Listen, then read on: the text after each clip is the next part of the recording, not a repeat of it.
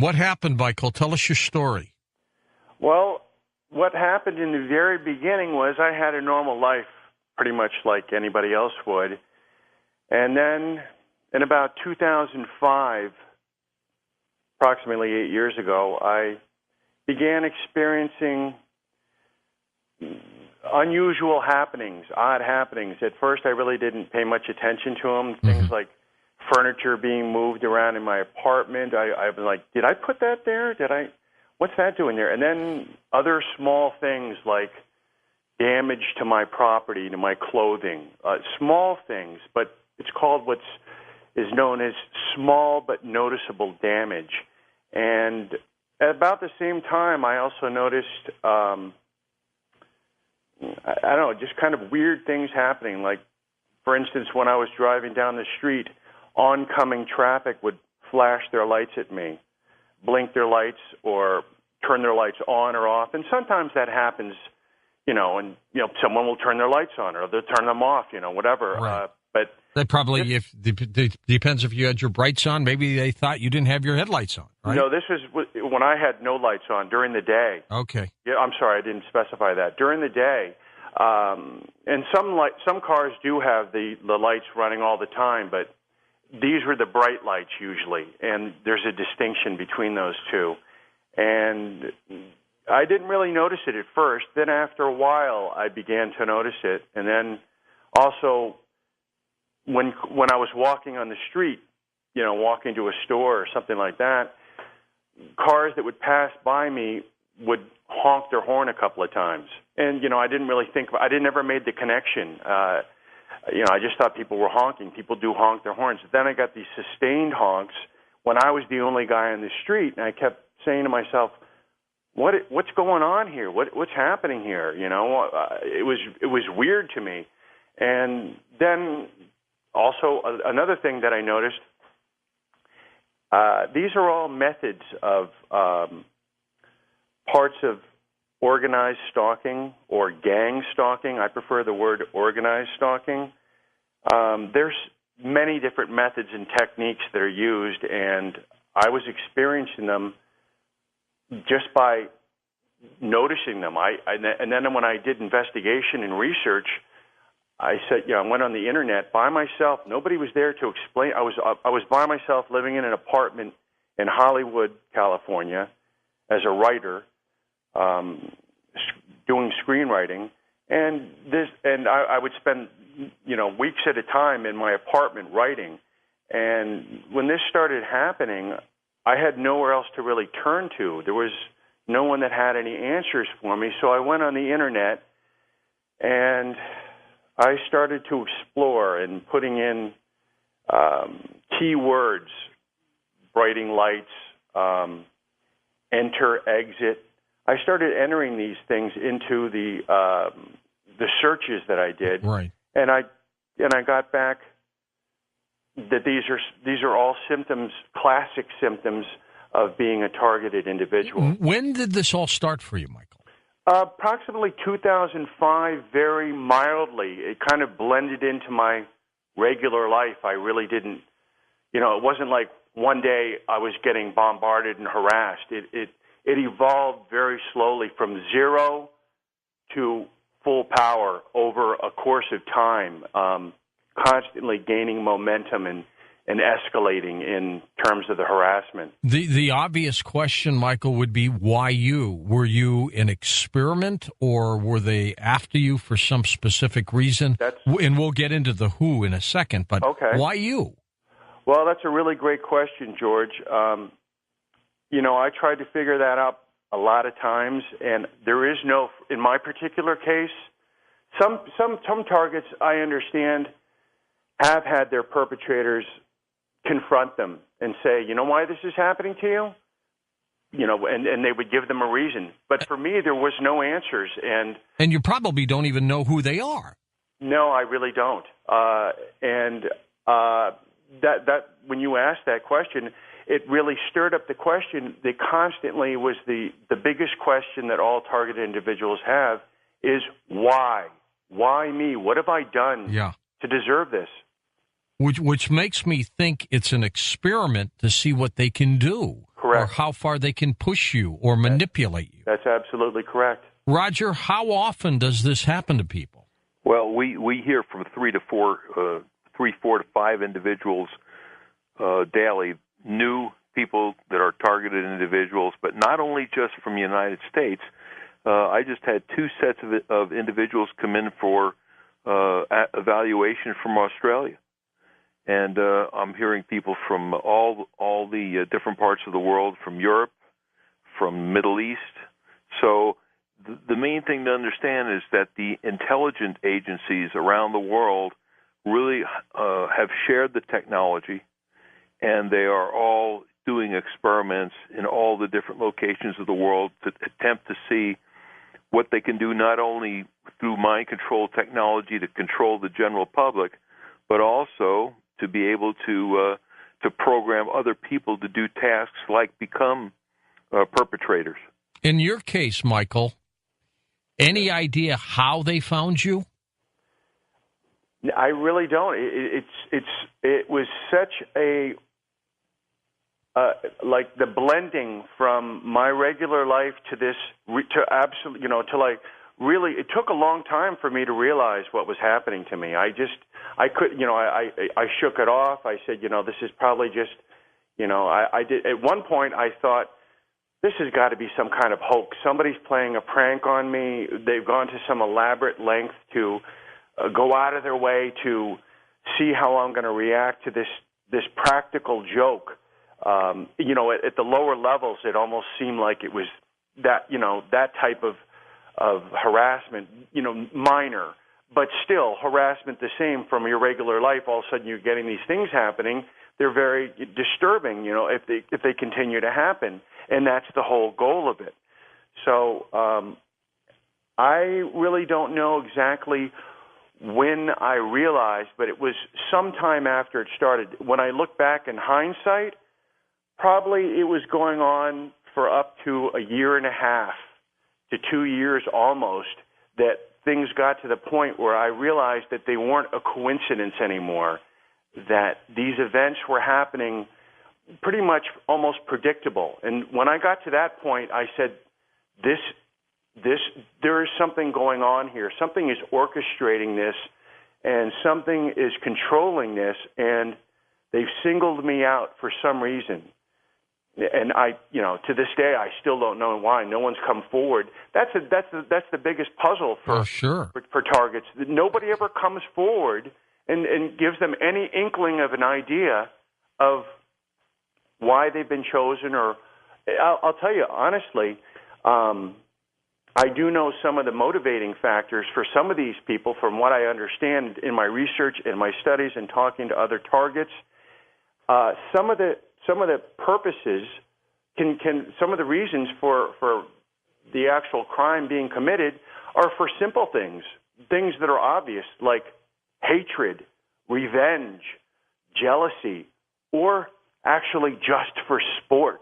For some of these people that are seriously sociopathic or psychotic, these are vents for them. The last time I fled to my parents' house in North Carolina, and from there, about 3 weeks after that, I flew out to see Roger, and thank goodness for that, because the information and the understanding that he shared with me made it so much easier for me to deal with, because otherwise it was just a huge puzzle and a question mark just shoved at me.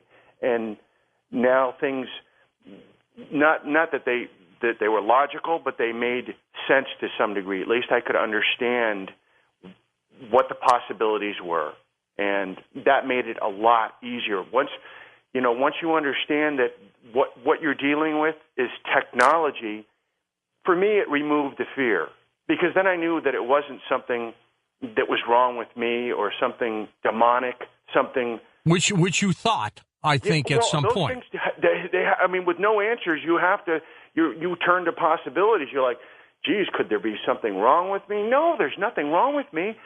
You think it could be something biblical? Is there what is this? Yeah, is it a message from above? Possession?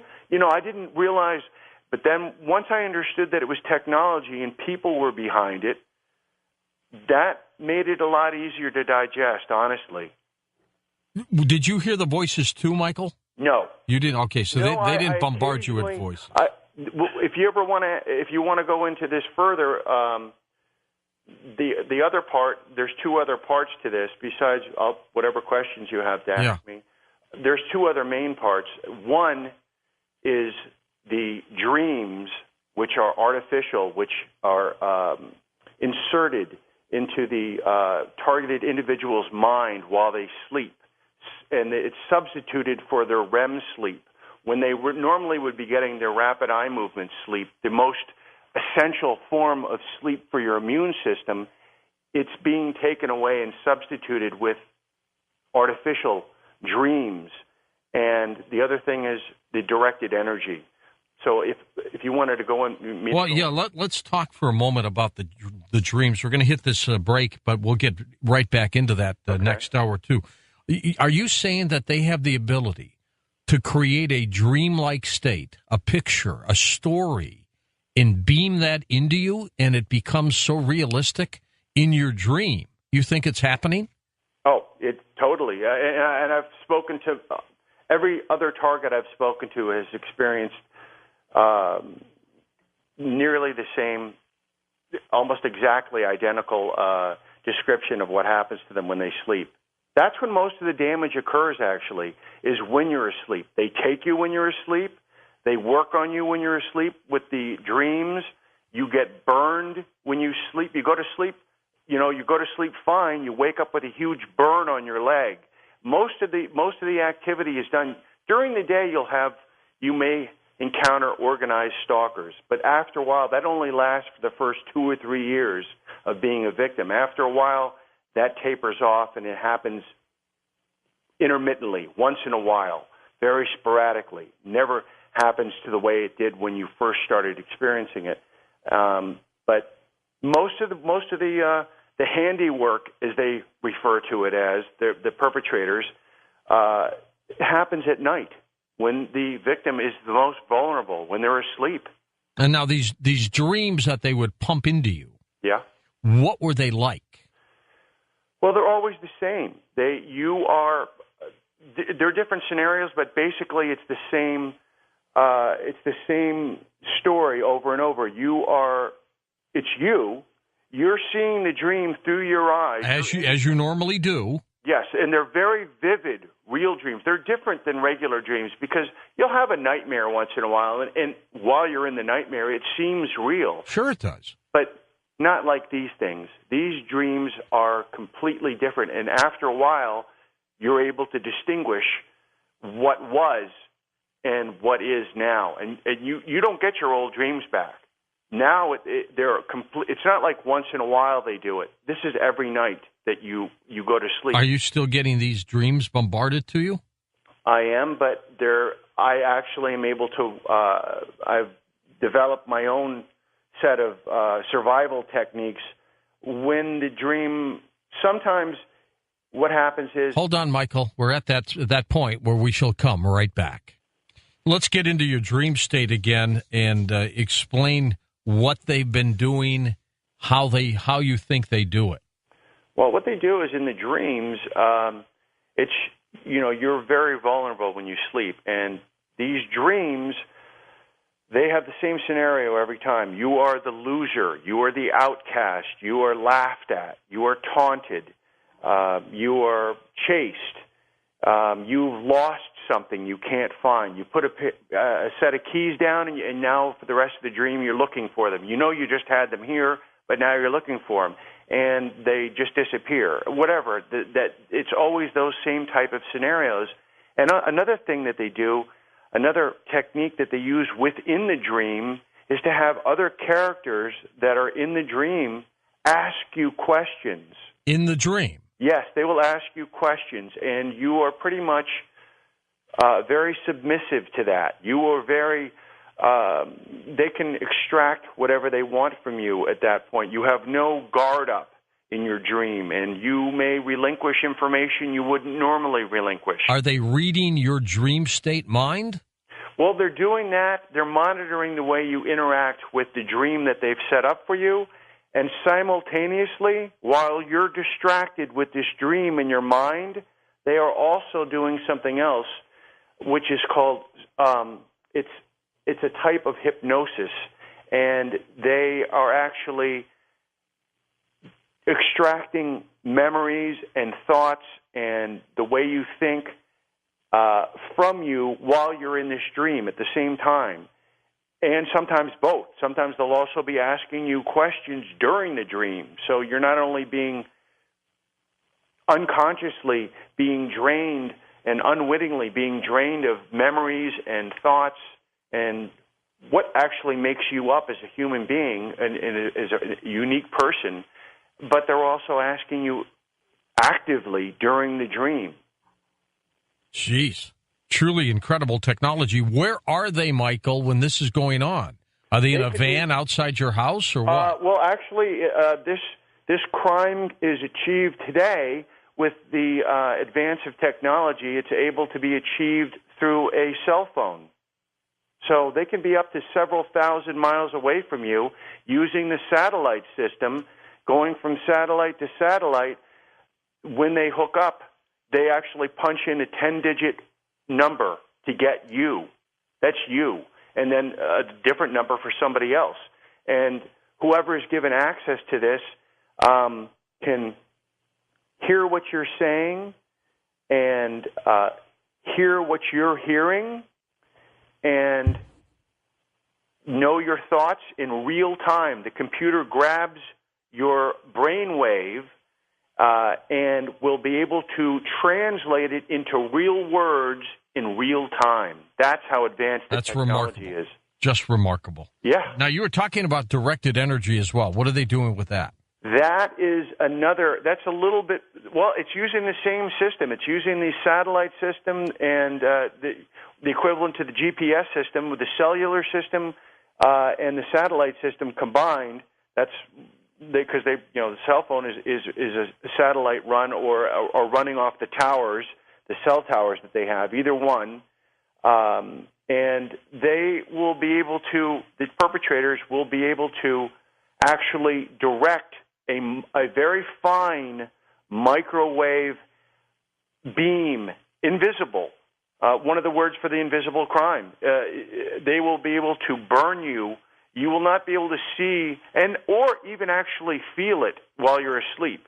You'd think that when you wake up with a second-degree burn on any part of your body, that you'd certainly feel it when it was being done. But these are not burns they're unlike any other kind of burn. They're not like an externally caused burn you get from a match or from a hot comb or an iron or a stove. These are burns that occur from the inside out. Yeah. And they are exactly It's backwards. like you've been radiated. Correct. They come from the inside out, and they, unlike regular burns, they blister about a week later. And whereas an externally caused burn would blister immediately and then be healing maybe up to a week or two later.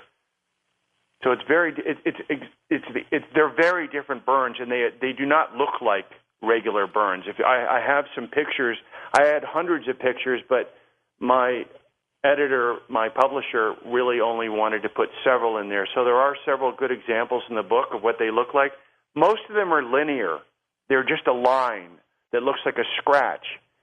But they can be geometric patterns. There can be a triangle or there could be a rectangle. But usually they're just straight lines, at least in my experience on me and the people that I know. If you could confront these people, Michael, what would you ask them? What would you say to them?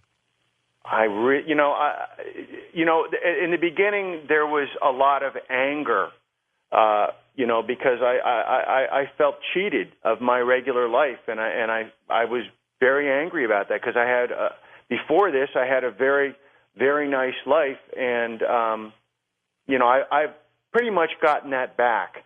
But during the beginning, when this was overwhelming me, it made me frustrated and angry, and those are natural reactions to being the unwitting subject of tests and torture and being experimented upon like a lab rat, I mean, who wouldn't be upset? And not only that, the worst part about it is, George, it's U.S. tax dollars that pay for all of this. Under the table, but tax dollars nonetheless. Yes.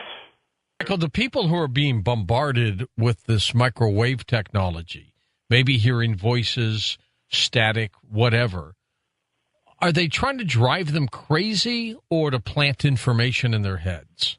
I think they're trying to, as Roger said before, I think that they're trying to brainwash them and, to an extent, see how much they can manipulate them and what works on them and what doesn't, and what kind of results they get from doing different techniques. And in my experience, they're doing it to drive the individual crazy or trying to push them over the edge.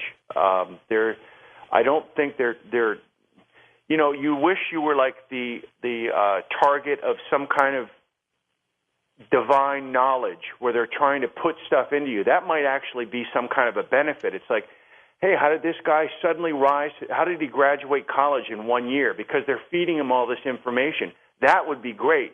But unfortunately, it's the opposite. It's all very negative stuff, and there's really not much to be gained from it from the person. Perhaps the perpetrators are gaining huge amounts and vast amounts of knowledge and research and studies at the cost of our lives.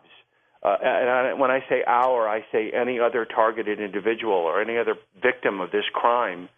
It really comes at a great expense. And as Roger can probably tell you from experience, once the harassment starts, it generally lasts for life in some form or another. Some people do escape, or they are actually they're able to disable their chips or whatever, or their target, their group, the perpetrators lose interest in them, or they've gotten all they can get out of them, and then they don't waste any more money on them, because obviously to be a victim is a great expense to your perpetrators, to follow, to get the technology, to get people to monitor you, to follow you around on the ground, in cars, in other parts of the world.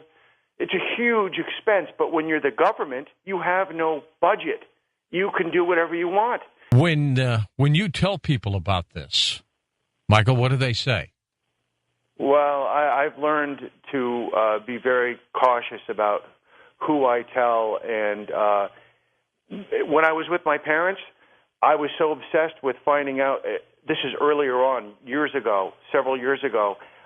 We would talk about it. We would talk about quote unquote it all the time, and my mother would say at the table, "Could we please not talk about it anymore?" And I'd say, "No, we haven't even begun to talk about it. We have to exhaust this thing. Are you kidding me?"